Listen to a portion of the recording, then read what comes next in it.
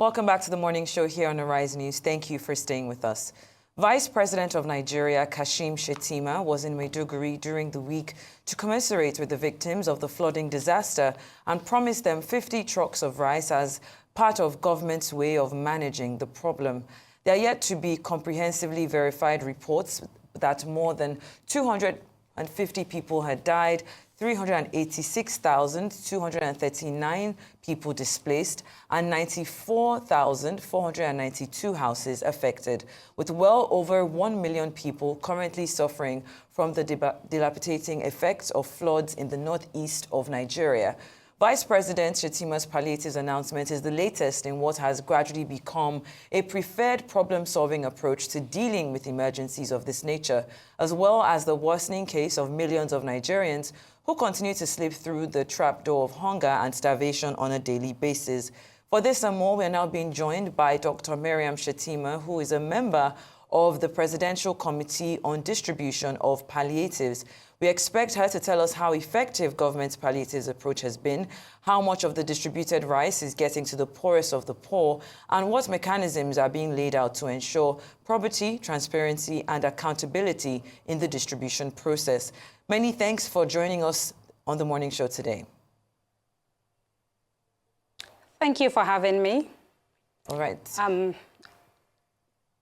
Go ahead. Actually, being one of the committee members of the palliative distribution in Kano under the chairmanship of His Excellency, the Deputy Senate President, Senator Barrow Jibril, has been quite an eventful and interesting one. I'm really glad that you brought up this yes, before you go ahead, Dr. Shettima. Transparency. Yes, before you go ahead, Dr. Shettima, right. let me put across my question to you. I first off want to talk about the effectiveness of this palliative distribution. Yes, the Vice President recently announced that 50 trucks of rice would be sent to Maiduguri as part of the federal government's response to the flooding disaster. And we're seeing the death toll of over, the numbers are still coming in, but we're looking at least a number of 250 people and the displacement of about 400,000 people. Now, how effective has this approach been in addressing the immediate needs of the victims? So if we're looking at 50 trucks of rice against 400,000 displaced, and are there other forms of support that are also being considered for them?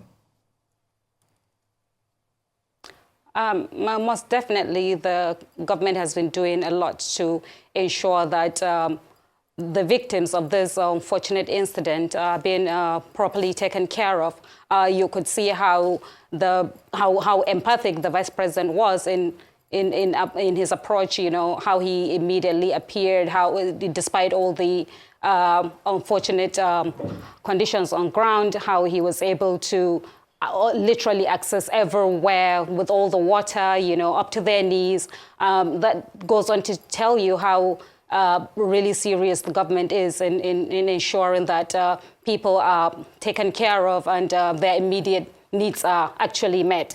But let me also make this clear that I'm not part of the committee of the Maiduguri flood disaster. Mine is thoroughly from Kano State.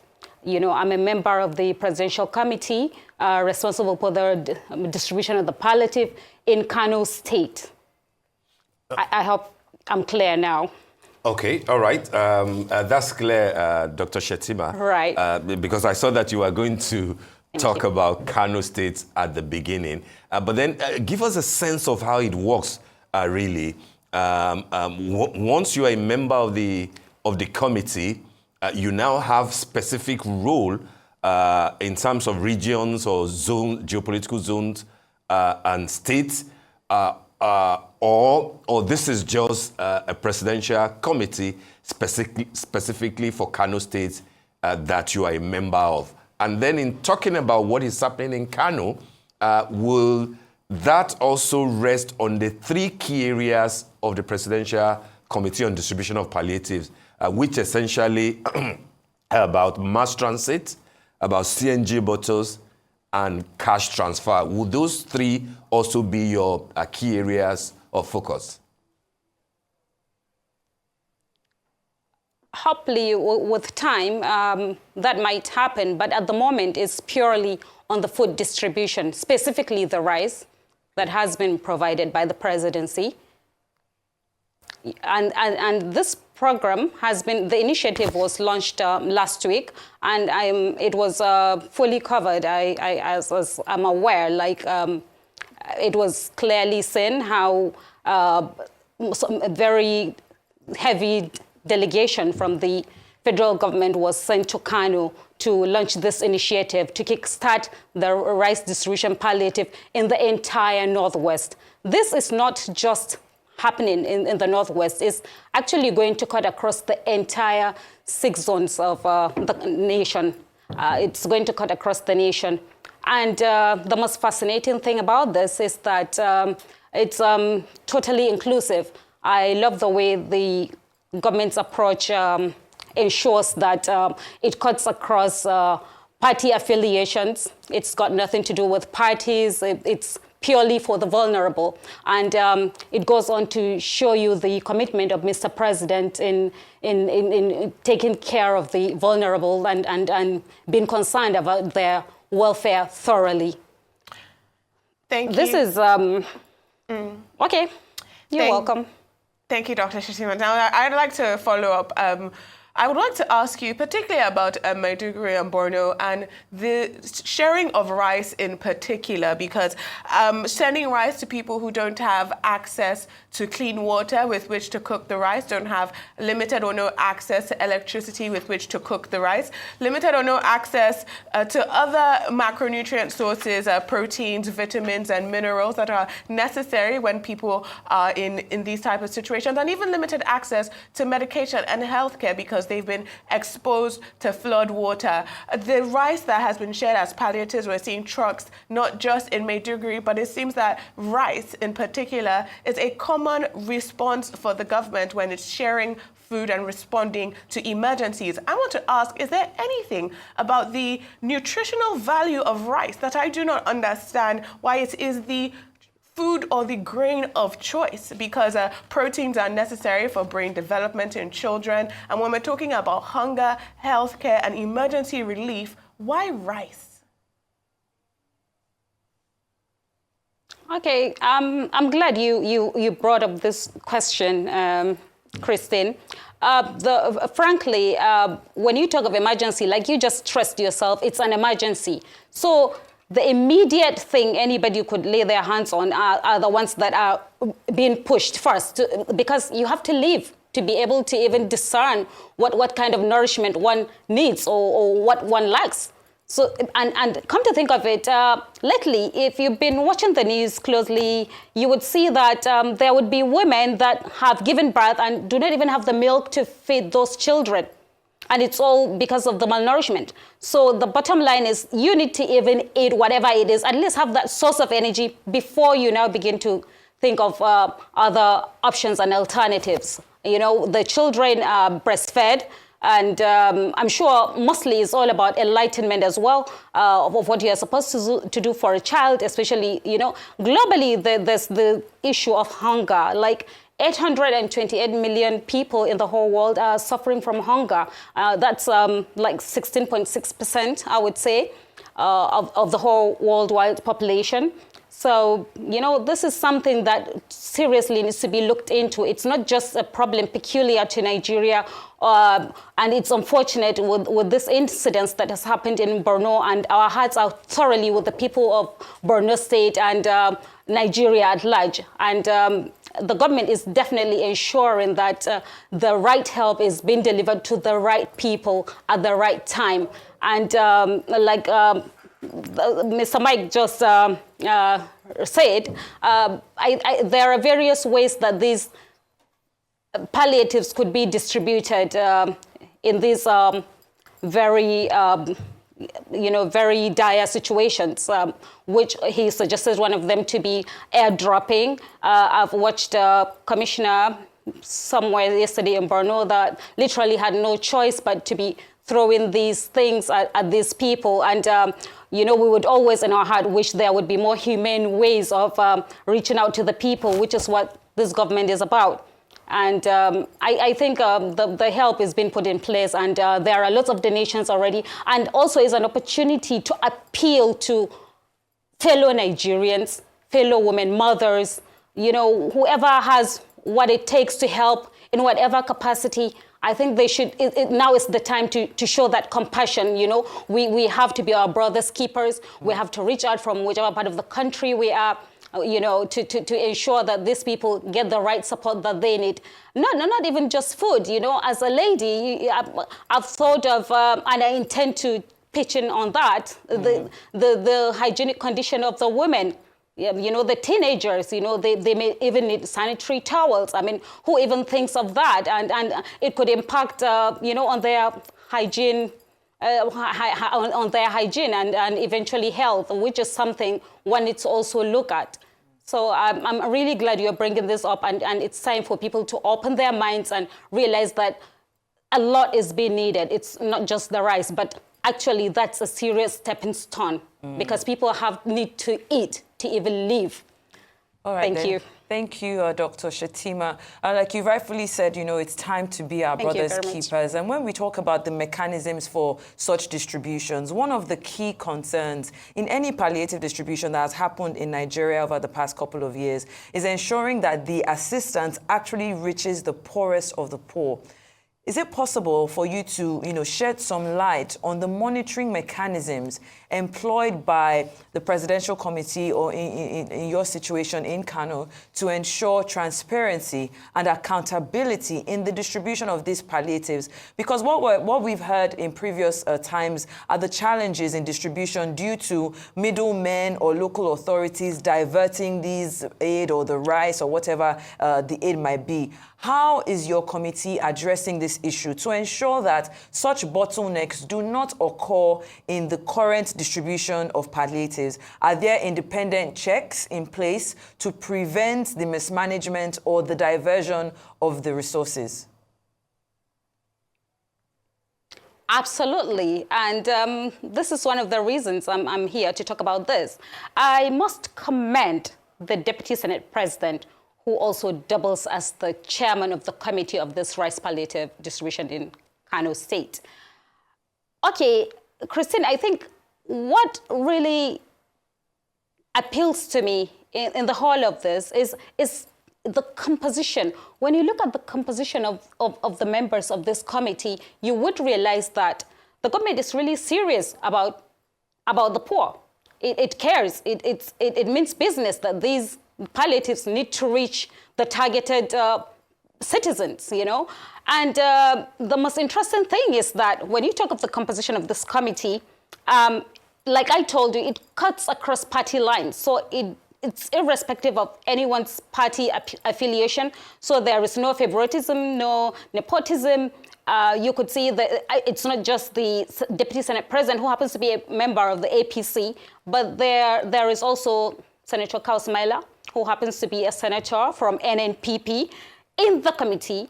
And there is also another senator from Kano Central, Senator Rufai Sani Hanga, who is also an NNPP member, and also several House of Reps members that were not just from that party. I mean, nothing encourages transparency as such, and nothing encourages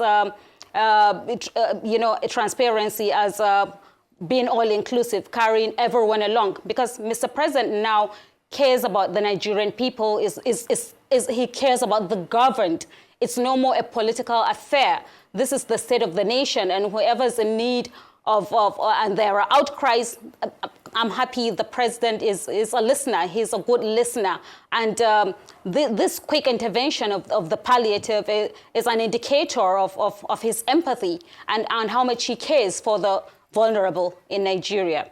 And he's not aloof to the problems, and he's telling them that he cares. And, you know, the modalities implemented are quite incredible. And I believe with time, this will be applied in the rest of the zones of the country, because it's quite transparent, it's doable, and it's honest. I mean, you can't place better measures in place to ensure this rice truly reaches the people that need it throughout the nooks and crannies of Kano State, throughout the nooks and crannies of the Northwest and even Nigeria at large.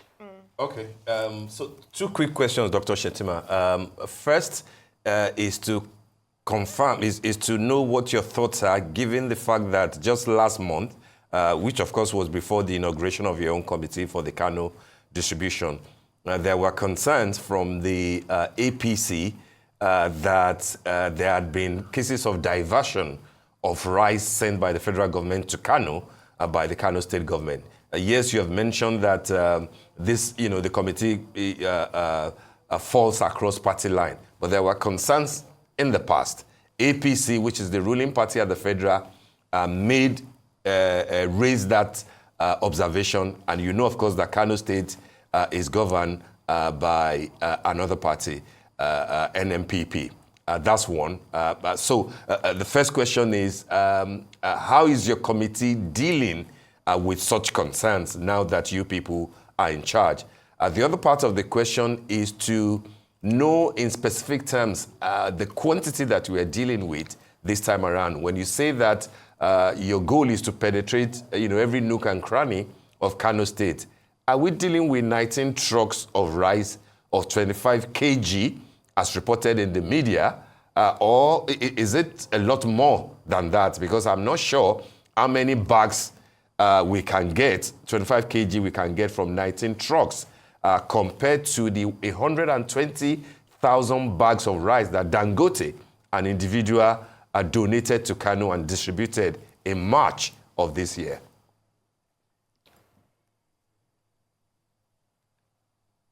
Okay, thank you for that. One thing we need to understand is that this government is purely concerned about the condition of the vulnerable, and it's doing the best that it can to address such issues. Now, these palliatives, this is the second time these things have been done, and it's just the beginning. More are going to come as time goes by. The government is doing a lot to ensure that. And you could see that previously we've always had, the Ministry of Agriculture. This time around, you could see how intentional President Bola Ahmed Tinubu is about creating the Ministry of Agriculture associated with food security. So it's Ministry of Agriculture and Food Security. So the mere intention of that highlights how important the food security really is going to be, and what critical roles and policies we're going to have in this administration with respect to that. Starting with, yes, it's 19 trucks now, but we also have to bear in mind, this is throughout the nation. 19 trucks are sent to Kano. I'm not sure of the figures, that have been sent to other states, but this is just the beginning. So imagine, if 19 trucks of rice would be sent to Kano, how many more others would be needed to be sent across the 36th state of the nation? Thank you so much, I think Dr. it's Shettima. commendable, and I really like that you're saying that this is just the beginning of the sharing of trucks of rice across the nation, because the governor of the Central Bank of Nigeria, Mr. Yemi Cardoso, earlier this year said that the large purchase of foodstuffs by government as palliatives was contributing to galloping food inflation in the country. He said that the sharing of palliatives across the country was increasing food inflation. It seems that this is counterintuitive. Beginning to share more and more trucks of rice is counterintuitive to the policies of the central bank, the monetary and fiscal policies of the Federal Republic. So are we sharing rice and increasing food inflation while at the same time we are increasing our MPR base rates to try and reduce inflation in the country? Are you saying that, in one hand, does this mean that the federal government's policies to reduce inflation in our country is not cohesive, that different arms of the government are not working together? Because how do we reduce food inflation but still share large quantity of foodstuffs as palliatives? Okay, I think, these questions you directed at me, Christine, are better off being directed Adesua, to... not Christine, Adesua. Yes, Adesua. Okay, Adesua. Yeah. I think this are better off being directed to to financial experts, because mine is more about the palliative distribution and not necessarily have much to do with the economy of the nation. But one thing I'm thoroughly confident of is that President Bola Ahmed Tinubu's CGFR is definitely committed to the welfare of the vulnerable as well as the national economic growth. All right, then. Thank you so much for your time this morning on The Morning Show. We appreciate your analysis, Dr. Shettima.